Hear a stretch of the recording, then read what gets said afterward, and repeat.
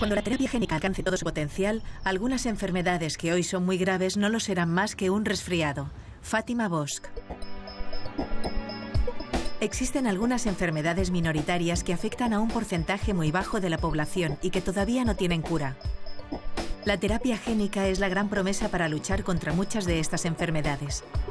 En este capítulo de Redes, Punset entrevista a Fátima Bosch, experta en terapia génica de la Universidad Autónoma de Barcelona. También hablamos con Mercè Pineda, neuropediatra del Hospital Sant Joan de Déu de Barcelona y experta en mucopolisacaridosis, un grupo de enfermedades neurodegenerativas minoritarias que afectan a niños. Además, recogemos el testimonio de familiares de enfermos para conocer de cerca cómo viven con estas enfermedades.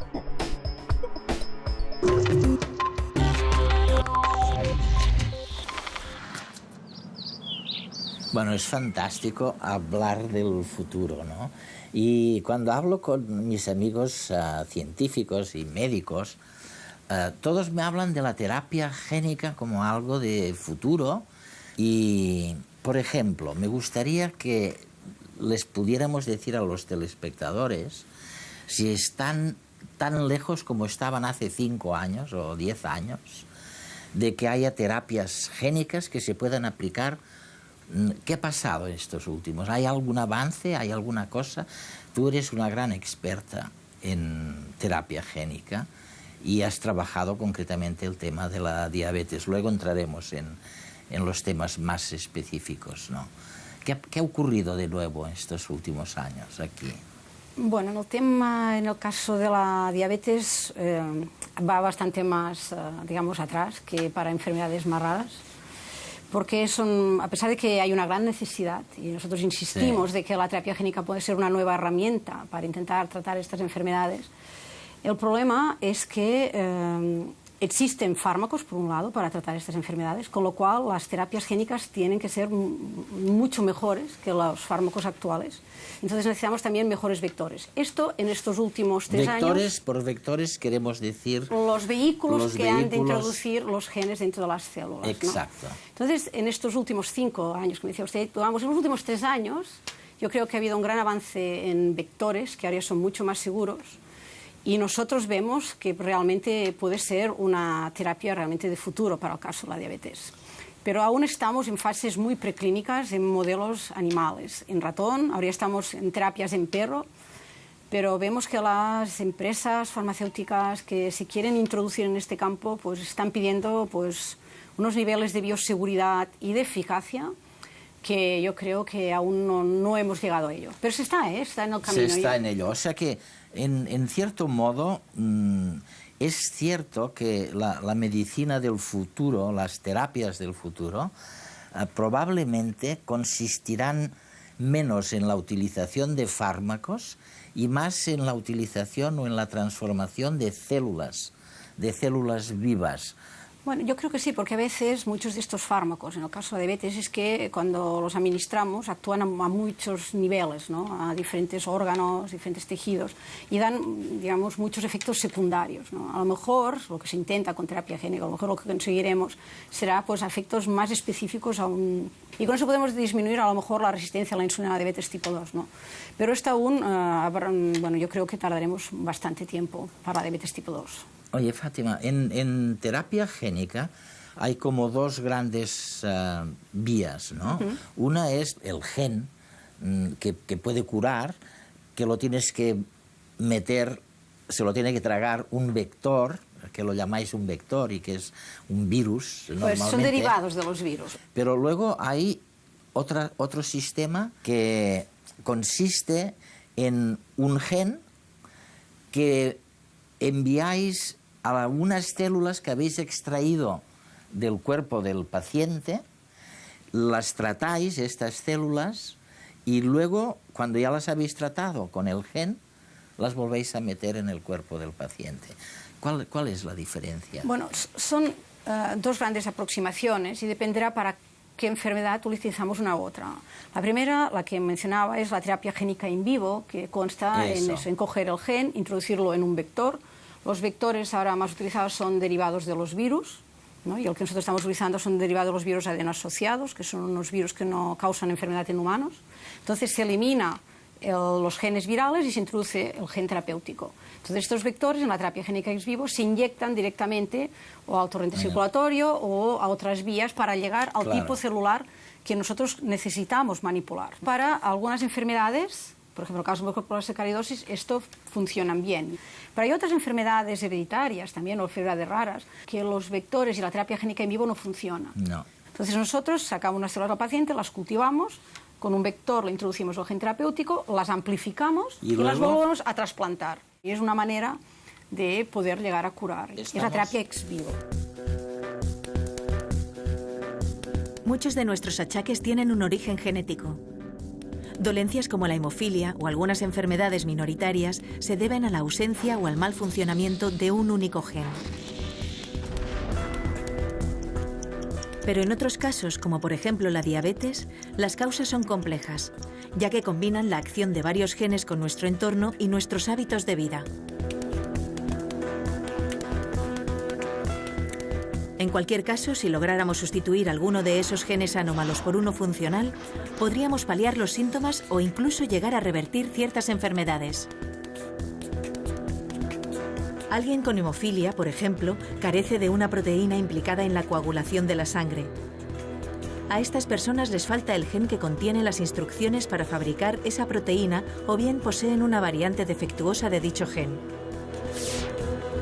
Si consiguiéramos reemplazar el gen erróneo por el correcto en células de un órgano como el hígado, estas podrían fabricar la proteína y verterla en la sangre, con lo que se solventarían los problemas de coagulación. Precisamente este es el objetivo de la terapia génica: introducir en la célula un gen que reemplace al que está defectuoso o ausente. Un tratamiento en el que en lugar de fármacos se administran genes. Eso se consigue gracias a un vector, un vehículo encargado de transportar el gen terapéutico hasta las células de destino. Existen múltiples vectores. Unos de los más comunes son los virus, agentes que insertan su material genético en las células que infectan. En terapia génica, el material genético de los virus se reemplaza por el gen funcional. El vector, equipado con el gen curativo, se administra al paciente para que alcance las células de un tejido en particular. En la jerga científica, a esto se lo conoce como terapia génica in vivo. Aunque en otras condiciones se aplica la técnica ex vivo, es decir, el gen se inserta en células en cultivo que, una vez reparadas, se trasplantan al cuerpo del paciente. En cualquier caso, al alcanzar las células de destino, los virus les introducen el gen beneficioso y las incitan a fabricar la proteína deseada. Un vector ideal sería aquel capaz de insertar el gen funcional en la célula de destino sin desatar una respuesta inmunológica de rechazo. En este sentido, los investigadores están desarrollando vectores cada vez más seguros.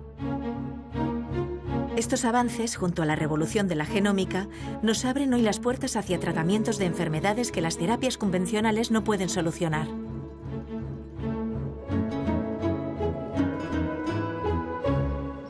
Oye, déjame penetrar un poco en una cosa en la que eres gran especialista. Bueno. Tenéis un nombre horroroso que lo llamáis las mucopolisacaridosis.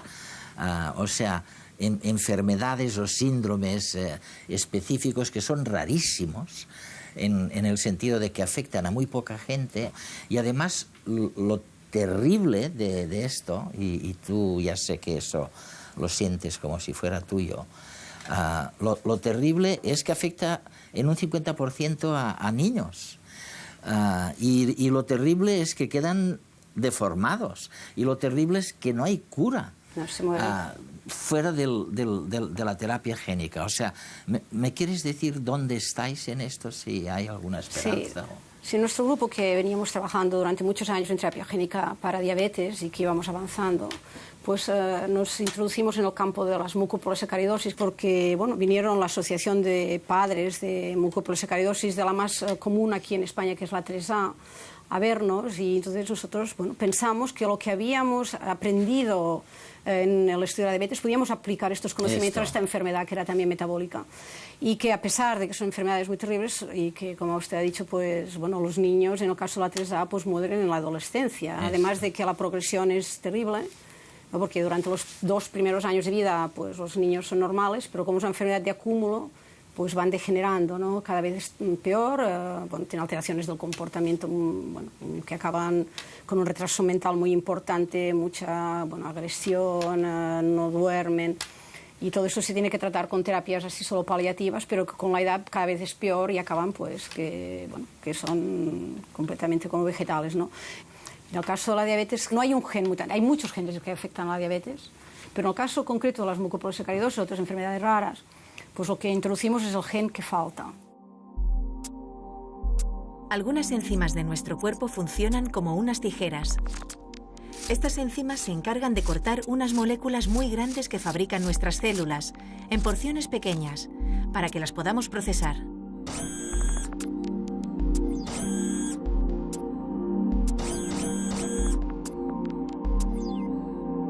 Si el diseño de estas enzimas fuera defectuoso, no podrían desempeñar bien la función de romper esas grandes moléculas. En consecuencia, no podríamos procesarlas y se irían acumulando en los tejidos. Algo similar sucede en síndromes como el de Morquio, el de Sanfilippo o el de Hunter. Estos son 3 ejemplos de mucopolisacaridosis, un grupo de enfermedades minoritarias causadas por un gen que no funciona adecuadamente. Las mucopolisacaridosis son enfermedades raras, son enfermedades lisosomales, que quiere decir que las células de todo nuestro organismo se van rellenando de unas sustancias y que no pueden salir de la célula. La acumulación progresiva de estas sustancias perjudica el desarrollo físico y cognitivo del paciente. Desde que se diagnostica la enfermedad durante la niñez, los afectados padecen un retroceso progresivo de aquellas facultades que han adquirido. O sea, un niño primero aguanta la cabeza, luego gatea, luego anda y luego habla. ¿Qué es lo último? El hablar. Pues entonces lo primero que ellos pierden es la capacidad de hacer conversación, o sea, de decir frases de 2, 3 palabras, y entonces la guardería se dan cuenta que cada vez les cuesta más expresarse, que cada vez se vuelven más irritables y que cada vez se vuelven más torpes. Por el momento aún no podemos curar la mucopolisacaridosis. Se aplican tratamientos paliativos con los que dar calidad de vida al enfermo, e incluso se suministra la enzima por vía intravenosa.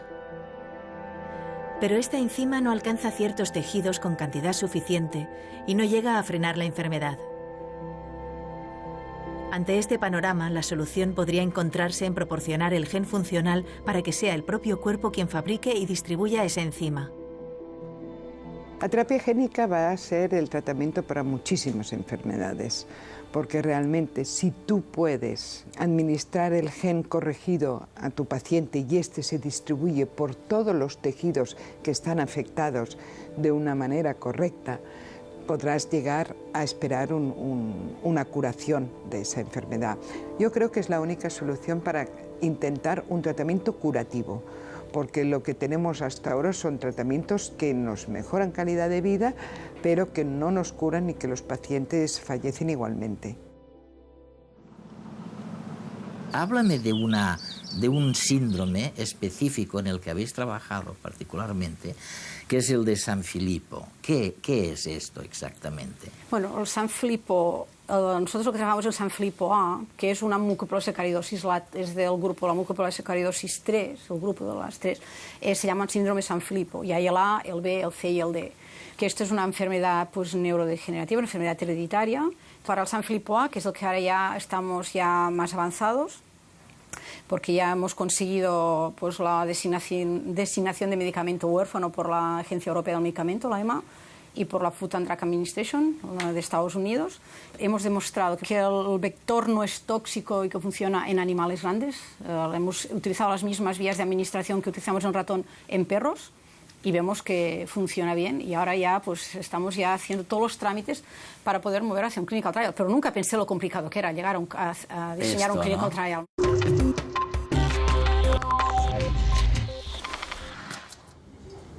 Sofía llegó a leer perfectamente, todo lo que el curso P3 y P4, todo lo entendía perfectamente, y al cumplir los 5 años fue cuando empezó el gran deterioro, digo yo, tanto cognitivo como físico-motor que ella ha tenido.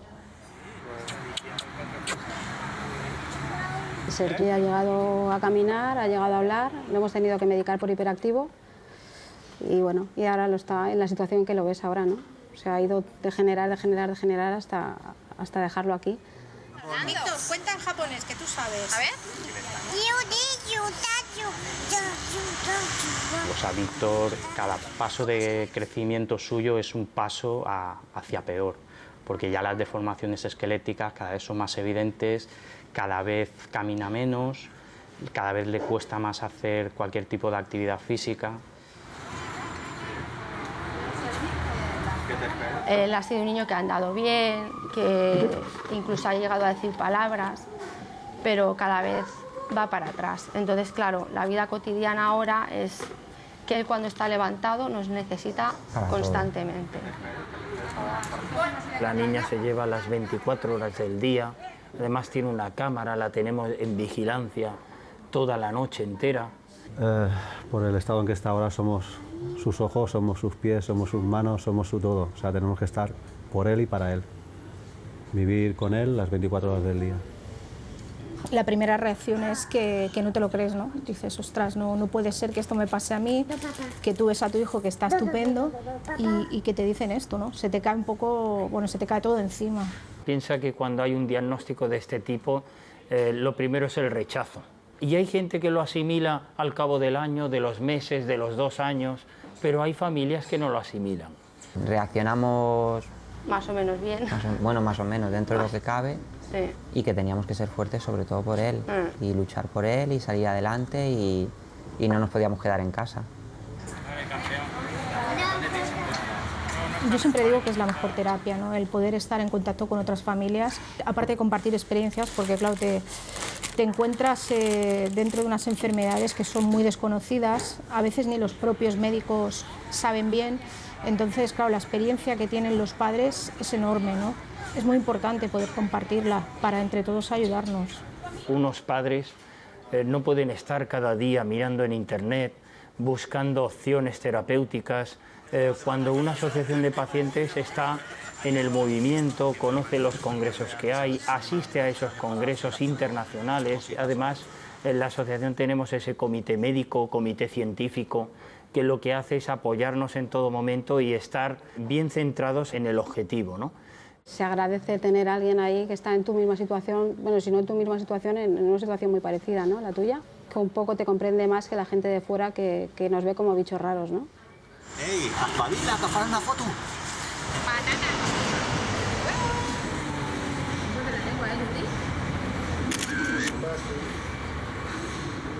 Si yo no recuerdo mal, Watson y Crick descubrieron lo que llamaban entonces el secreto de la vida en 1953. ¿No te parece raro que hayan tenido que pasar tantos años para llegar a la conclusión de que muchas enfermedades se podrían curar con terapia génica si hubiéramos podido investigar más, si hubiéramos sabido más cómo resolver las dificultades con que nos enfrentamos? Yo creo que es como una progresión que cada vez va a ir más rápido, ¿no?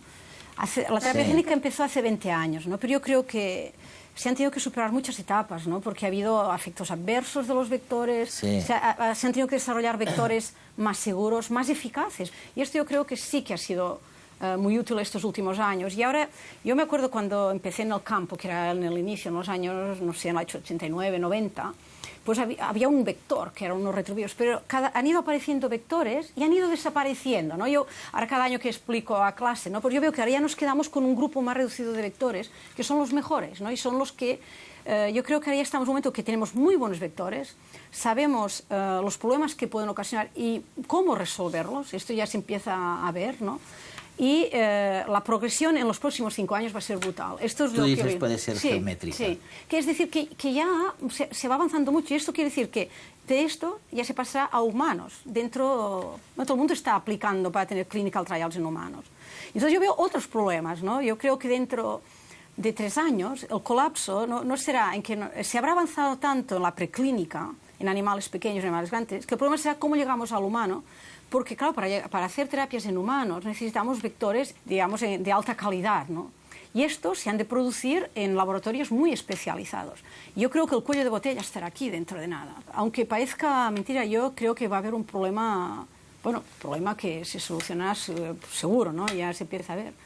Pero que la terapia génica es mucho más complicada. Ya es no curar solamente el ratón, que está en España. Yo, como decía antes, de que cada vez era más complicado, es como pasas de los resultados que tenemos en un laboratorio, ¿no? Lo que estamos todos acostumbrados a ir a clinical trial, es que es otro mundo. Toda la regulamentación que hay alrededor de esto para pedir permisos, todos los estudios de toxicología que se han de hacer para demostrar que el vector pues, no puede causar efectos adversos. Todo esto es muy complicado y necesitas empresas especializadas y además es muy caro. Sobre todo me imagino que lo que hace falta es una colaboración enorme entre la comunidad científica y la comunidad industrial, ¿no? El sector político. A veces mis amigos de liberales, que llaman allí, o de izquierdas científicos en Estados Unidos, me hablan del temor que tienen al contemplar la imbricación tan tremenda entre los dos sectores, ¿no? Y yo les digo, oye, veniros a España y se os va a pasar el miedo, porque realmente es lo bonito de lo que estás haciendo, que estás fortaleciendo en este campo tan específico la relación de la comunidad científica. Es que si no podemos, nosotros solos no podemos, somos científicos. No entendemos nosotros, ahora por ejemplo en nuestro trial, pues hablamos con el equipo que lleva toda la parte de reglamentación para presentar a la Agencia Europea del Medicamento. Es toda una cantidad de normativas, yo no sé, para nuestro Orphan Drug, pues yo qué sé, necesitas allí un documento de 100 o 200 páginas. Entonces, a la FDA, después, diseñar el trial clínico. En estas enfermedades neurodegenerativas, cuanto antes trates al paciente, pues mejor, ¿no? Porque cuando va avanzando la enfermedad, las células se van muriendo, ¿no? Y entonces es muy difícil revertir esto. En cambio, si coges a los niños, pues cuanto más jóvenes, más al inicio de la enfermedad, más fácil será revertirlos, ¿no? Lo que se está pensando es que, cuando me decía de caras a futuro, piense que ahora se conocerán los genes, se sabrá cuál es su función, y además se está abaratando mucho el coste de hacer estudiar cada genoma de cada persona. Dentro de nada sabremos cada uno de nosotros, cuando nazca un niño, sabrá todo su genoma, ¿no? Y si hay alguna mutación que cause una enfermedad. Que puede dar... Imagínense que si ya sabemos que un niño nace y que tiene tal mutación y nosotros tenemos una terapia para contrarrestar esta enfermedad, lo podemos tratar nada más nacer, con lo cual estas enfermedades raras se convertirían, pues no sé, como uno que coja un resfriado, ¿no? O sea, yo creo que en un futuro, si combinamos todos los avances de la ciencia, pues yo creo que estas enfermedades hereditarias, podrán ser no lo graves que son hasta ahora, ¿no? Pero claro, esto aún necesita mucha investigación, pero yo creo que el futuro, como decía usted, esto se solucionará.